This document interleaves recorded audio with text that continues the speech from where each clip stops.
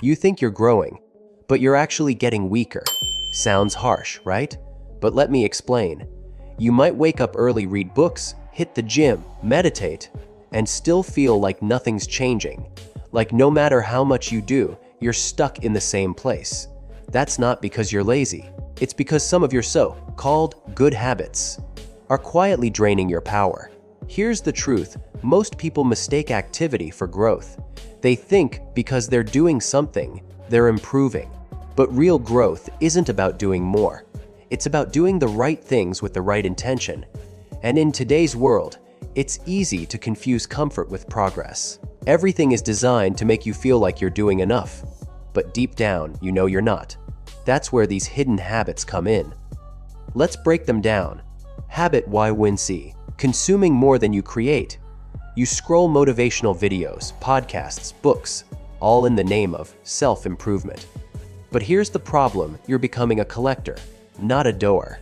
You listen to people talk about discipline, but when it's your turn to act, you freeze. You've trained your brain to feel good from learning, not from applying. Think about it. You finish a video and you feel that small dopamine hit, like you achieved something.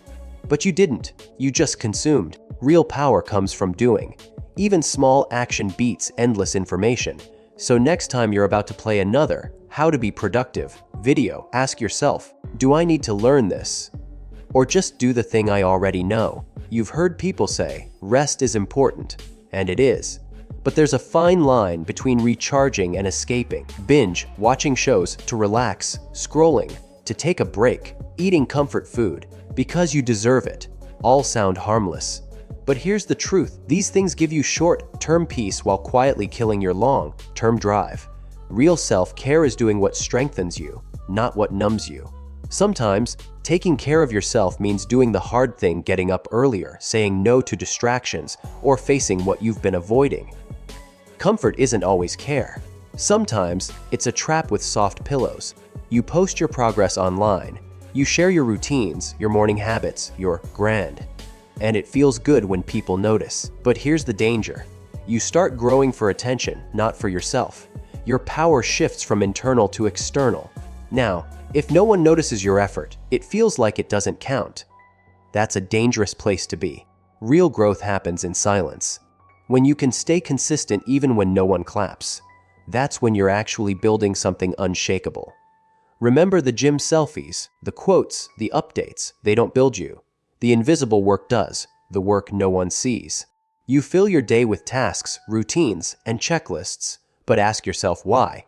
Are these things actually moving you forward, or are they keeping you occupied? Sometimes, we use business to avoid the real work, the deep, uncomfortable stuff like facing our fears, fixing our discipline, or changing toxic habits. You tell yourself, I'm being productive, but you're really just distracted. Real power comes from focus, doing less, but doing it with intention. So stop glorifying the hustle if it's not taking you anywhere. You don't need a packed schedule, you need a clear direction. Here's the thing, none of these habits look dangerous. They feel right. They feel like growth. That's why they're so powerful.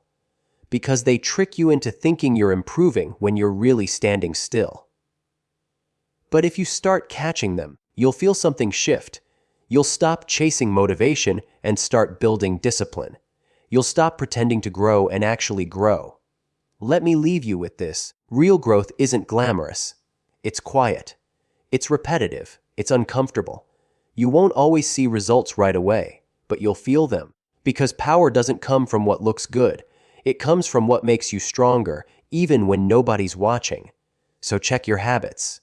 Be honest with yourself. Are they fueling your strength or slowly draining it?